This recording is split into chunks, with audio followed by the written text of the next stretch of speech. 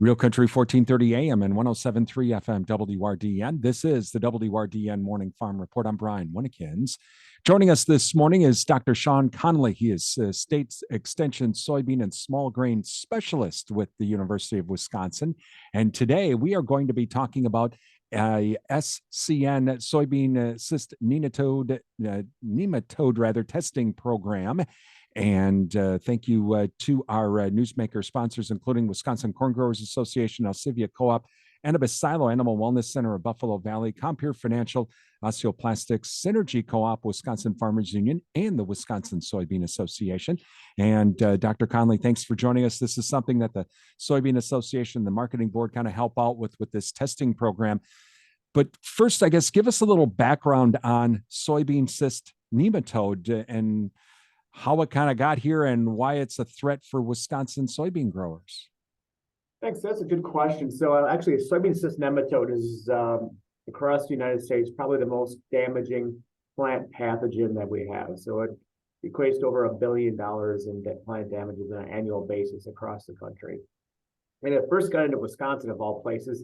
It actually came in right around Racine County in the early 80s, and what it actually came in on transplants from the southern states for cabbage. So they came in on cabbage transplants. So when we went out there planting those cabbage transplants, we were actually bringing those the SCN eggs into Wisconsin. So that was the first location we had, which would have been in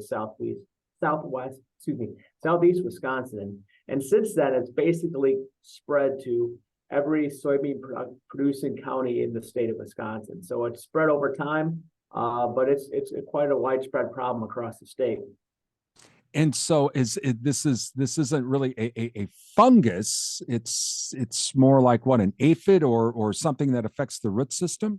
Yeah, it's a nematode. If you think kind of like when we have some of these nematodes in your dogs, your cats, like these invasive things, but these are soil-borne nematodes. And yeah, they're really a challenge to control because they overwinter in these cysts. So they have these small egg body cysts where there'll be, tens, if not hundreds of eggs in those cysts. So they're very winter hardy. They're hardy against any type of old types of nematicides we used to use. So they're easily spread then by a different water. Every time we have a flooding event, so we're dealing with all these floods now, and the water backs up and moves it. Also, they're spread by tillage equipment. They're spread by blowing soil by a wind, or ducks and geese that actually will spread them as they eat. They just move, and they'll move it as they move along. So it's a easily spread pathogen that's very damaging. And the thing about soybean cyst nematode is the most obvious sign that you have it is no symptomology at all. Because if you'll kind of go out there and you'll have a soybean field that you've had in production for whatever, 20, 30 years, ever since you've been growing soybeans, and all of a sudden it starts having a yield plateau and it'll start dropping off year to year to year. And the beans look good when you drive out there, but then if you start digging up plants and roots, you start seeing the damage. So yeah, it's hard to detect, but it's very damaging and widespread across Wisconsin. Talking with Dr. Shawn Conley from University of Wisconsin as we chat about a free SCN testing program that is available now. And it again, thank you to Wisconsin Soybean Association, Wisconsin Soybean Marketing Board. They're kind of helping out with this program. Okay, so tell us about the testing program. How does this testing program work? Yeah, it's a pretty easy program. So the Wisconsin Soybean Marketing Board will pay for any farmer in Wisconsin to submit up to 4 free samples. So there's different ways of doing it. We can either send you a test, you can talk to your county or regional extension specialist, or you can work through your regional agronomist or CCA. They all have access to this. And we just go out there, we pull some samples, you submit these samples, and then in a rather rapid turnaround time, we'll go through and we'll send you a report. And one of the good things about the report that you get, and one of the things we've really enhanced over time, is we give you all other plant pathogenic nematodes. So corn, like root lesion nematodes. So any nematode you might have out there that is detectable within that sample, you'll get a report. We'll give you an idea about how damaging it is and the next steps in terms of managing it. So And what about managing it? Okay, so I send in a test. I get it back. Brian, you have SCN. You have it pretty bad. It's there. So now what do I do? Is it just okay? Well, I can't do soybeans for a couple of years. I got to do maybe corn and alfalfa, or is there something I have to put into the soil, or now what? Yeah, that's a good question, Brian. And one of the things we normally do is we ask farmers to, if they're in a strict corn soybean rotation, to switch different types of resistance. So most soybean varieties out there that are SCN resistant have a source of resistance called PI 88788. But that's roughly over 90% of all the varieties that are resistant have that one source of resistance. And most of uh, the nematode populations out there are starting to overcome that source of resistance. So if you have really high populations, Brian, like you suggested, you're over that 10,000, 20,000 eggs for 100 cc count, then we look at a couple different options. First option was to work with your seed person and identify an alternative source of resistance. A lot of time that would be the Peking source of resistance. So you'd be talk to your seeds person about that. Or you have an extended rotation. You will move out. Adding alfalfa into that rotation is always good. Add a couple of years of corn, a couple of years of alfalfa, maybe some wheat in there, and stretch that rotation 5 to 8 years, and then come back into soybean, and that will help drive that population down. Now, unfortunately, you'll never ever get rid of them once you have them, just because those cyst bodies are very good at overwintering and survival.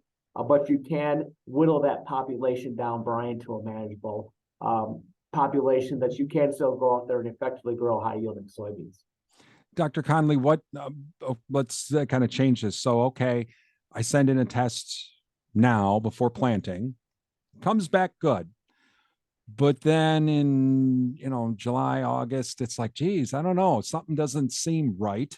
Even though we traditionally, like you say, you don't see something, any symptoms, but I'm just going to check this again because Joe down the road said he had something, and I send in another test, and now it's there. Is it too late? I'm just going to have to ride it out this year. Yeah, that's a good question, Brian. So usually what we'll say is, so you can test for SCN at any time of the growing season. Usually people will take them in the fall after corn when they're doing their generic soil sampling for soil fertility analysis. But once you actually have them, say in your scenario, Brian, you said, oh, it's July, what do I do? You're basically sunk. There's really nothing you can do as a rescue treatment at that point to come in and do anything about it. Obviously, the good thing is now that you know what the problem is, so that's usually now that you can then put a mitigation plan in place for future years. And it's usually right around that 4th of July time, end of June, first part of July is when that generation of SCN is attacking it. So that's the easiest time if you're out popping plants and looking at roots, you can see them. But I'm 50 now and I'm starting to go blind, Brian, and I think others are of our age bracket are the same way. So either have some really good bifocals on or get that magnifying glass because those suckers are tiny. Dr. Conley, is there any future is there research going on to try to eradicate this? Because it sounds to me like you can't prevent it. I mean, if it can be blown by the wind, blown by tillage, floods, and with all the flooding we've had this year already. So I mean, I can't wall off my field to keep it out if I don't have it. So it's not when it's not if, it's when this is going to happen. So is there some type of research going on to try and find a way to say, okay, let's eradicate this? Yeah, there are a couple of things, Brian, that you can really look at. One is obviously having extended rotation. That's one thing we have the advantage of in Wisconsin. If you look to our states to the south of us and to the west of us, where they're really in corn soybean rotations, where they're just corn soybean, they tend to have a bigger challenge. They're 80-90% of fields are infested. In Wisconsin, we're roughly about 25% of the fields we test on an annual basis. Again, because of our extended rotations, we have our small grains, our pastures, alfalfa, corn silage that helps us out. Another thing is you can pair this. There are a few effective seed treatments. Again, they are not the holy grail. They're not going to fix. They just help alleviate the stress.